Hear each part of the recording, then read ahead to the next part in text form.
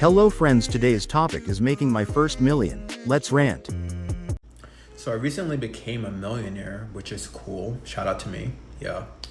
But what I want to do is talk about my journey, how I got there, and hopefully you can get something out of it so that you can implement it in your own life. Again, I don't really talk about finance that often, but that's actually what I do for my full-time role. So the way I did it was simply I had a high-paying job and I invested my money. That's it. I'm not some crazy entrepreneur. I just got paid well and I saved my money, invested it, and then over time it became, a certain amount of money. Now, I have been invested for 10 years, and just for context, I'm 31 years old. So by the time I had like a slew of like internships, etc., before I got my first full-time job, I started investing and I created my own Vanguard account, and it's kind of been smooth sailing from there. And that this was something that I did just on a reoccurring basis all the time, just like made sure that every single paycheck I took some money and I invested it into the S&P 500, et cetera, et cetera. Now, the biggest thing, and I think the reason why I was able to accumulate so much in such a short period of time is because I invested early. So I invested super early, I was aggressive, and I didn't live beyond my means. And I'm sure you've heard of this before, but people really do spend way too much money. And I think there are a slew of reasons why people do that. But for all intents and purposes, it's a lot easier to save and invest your money when you have skills and your skills are desired in the market. So that's something else that I think you should really be focusing on. Focus on getting a high paying job. If you don't plan on doing the entrepreneur route, if you don't plan on doing the social media route, etc., all that good jazz. Now, finally, if you are a 9-to-5 worker, I think something you should accept, and this is kind of the last piece, something you should accept is that loyalty doesn't pay. So a lot of people will stay with firms for 4, 5, 6, 7 years, and they won't see a lot of year-over-year growth. But for me, what I ended up doing was I ended up kind of like hopscotching to different firms, and I was getting like really aggressive pay increases. So for you, it might look like, oh, every year I'm getting 2 to 4% to adjust your salary for inflation. But for me, when I was hopscotching, it was like, oh, I'm bumping up my salary by like 50K plus more bonus, 60K plus more bonus, right? So I'm like jumping and trying to maneuver through different roles, because it's like, well, if they're not going to pay me more money, then I'm just going to get the money my own way.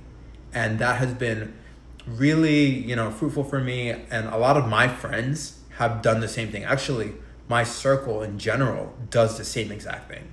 So yeah, I hope this helps. To be fair, $1 million really isn't that much money, but I'm hopeful for the future. I want to get after more, and hopefully this is somewhat inspiring as well, because I really do think this is like a feasible amount of money, especially if you're someone that is willing to learn. If you're willing to learn a high-paying skill, I know the tech industry has been kind of off these days, but there are jobs that pay quite handsomely. So get trained up, get your certifications. It doesn't have to be in finance, by the way, but try to get out there, get a high paying job, because they really are out there, and invest your money. And I guess my final piece here is, don't be so doom and gloom about life. Like, truly be optimistic, because I really do think there are opportunities out there for everyone. So yeah, hope this helps. So I made my first $1 million in 2018.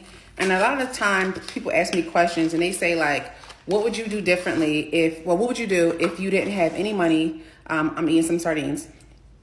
If you didn't have any money, you didn't know where to start. This is what I would do. The first thing is I would either A, pay off my credit cards, or B, apply for a credit card if you don't already have one. And no, I do not run a company that fixes credit, repairs credit, none of that. My sardines for lunch. My sardines for lunch. I say that because when you want to start anything, whether it's a business or whatever, more oftentimes than not, the biggest issue is money. I don't have money. And then people don't have ideas either. So what I suggest people do is, until you find the idea, make more money. And you cannot make more. Sometimes people can't make more money on their job, but you can make money off the money you're already spending. So what I would tell people to do is use your credit card every single day. Put all your purchases on your credit card every single day. And if you can pay that credit card back daily or like every other day, do that. Because the more you use that credit card, the more often the bank sees that you actually use the money that you have, and then they're going to end up increasing your limit. If they don't increase your limit, all you got to do is call in and ask for a limit increase, and they'll typically do that, as long as you're using the card frequently and paying it back often. And during that time, you can think of all the businesses, you can research. This is your time while you're building your credit and using your credit card properly to kind of like figure out ideas and which way you want to go. Because either way, no matter what you choose, you're going to need money. So let's say it's March. In March, you start using your credit card, and let's say maybe 3 months later, you end up getting your limit increased. I had a friend of mine that started out with a $300 limit on a Capital One credit card, and then in 6 months, they increased it to $2,000. Now, in 6 months, you have time to think of a business, what you want to do, and you pull up your ideas that way.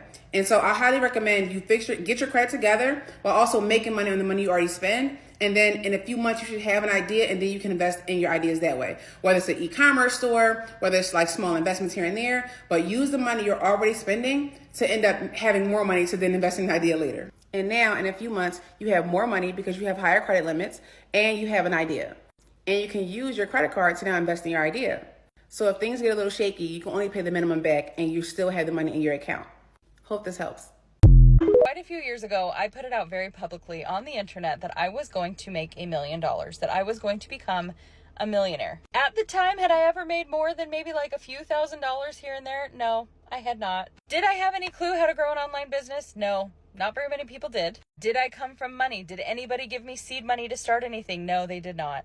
The delusional confidence at which I approached building my first business, my first side hustle, is something that I think every single human needs to have, even after they've been jaded, especially after they've been jaded. If you followed my videos for any amount of time, you know that I did it. You know that I went on to make over $1 million within 3 years. And I know beyond a shadow of a doubt, the reason that happened is because I decided very publicly to declare it, and I accepted that it was true long before it ever manifested in the real world. Stop relying on reality to tell you what you're capable of and start leaning into that delusion, that beautiful belief that tells you you are called to do more, you are made for more, and there is more for you out there. Even if it has nothing to do with money, we all have a purpose. We all have a vision that we are meant to fulfill while we're in this life. So listen to that more than you listen to that. 27-year-old millionaire, and here are some things that I did to see $1 million in my bank account. First things first, I had to get my shit together. You have to get your shit together, okay? All right? Because when you realize that your money is looking like real funny at this big grown age, you're going to be like, hold up. You're going to come to the realization like, yeah, it's time for me to get it together. And it's time for you to get it together. This is your sign. Step number 2, you got to start your business or something, okay? Yes, I get you working a 9 to 5, but let's be real. In this economy today, the 9 to 5 is just not going to cut it, okay? Us millionaires, we don't have one source of income, okay? We got about like 3, 4, 5, 6, 10, 12, 20, all right? So really sit down and brainstorm. This is time you need to brainstorm. If you need help, ask ChatGPT. You really need to start buckling down on the things that you want and the things that you need. It's okay to treat yourself, but don't go treating yourself crazy, all right? Like, you need to know the difference between want and a need, okay? If you want it, 9 times out of 10, you don't need it.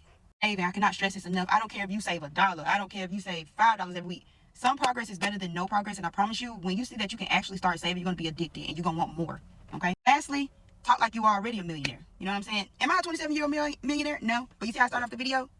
Talk like it's already you. You get what I'm saying? Because it's going to be me. I already know it. I see it. It is me. What I'm talking about.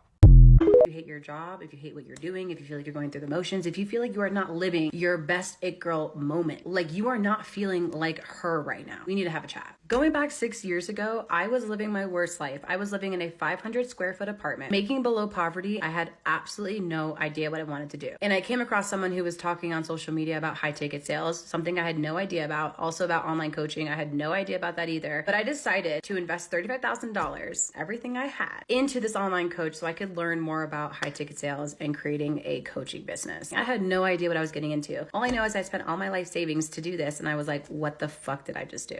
$35,000 $100,000, and 1 year later, my life was completely different. I had made over $150,000 that year and found my passion for business coaching and social media coaching. It didn't start as a passion because it was really hard, but I worked my ass off to learn high ticket sales and worked my ass off to study, learn, hire the mentors to master business coaching. Now I can proudly say that I'm almost close to making $1 million, my first $1 million ever, never having worked for someone else and only working for myself. All I can say is that I'm grateful. And if right now you are going through a tough time where you are not liking what you're doing and you're not feeling motivated by it and you want to change and you want something different for yourself, please go all in on yourself. No one's going to have your back like you are. So take this message and run with it. Send this to someone else who's maybe going through the same thing. And if someone did send you this video, know that they love you, they care about you, and they want more for you because they think you're worth it. I think you're worth it too. And that's on everything I love. I need $1 million. This would change my life so much. What about you? Comment down below and thank you for your time.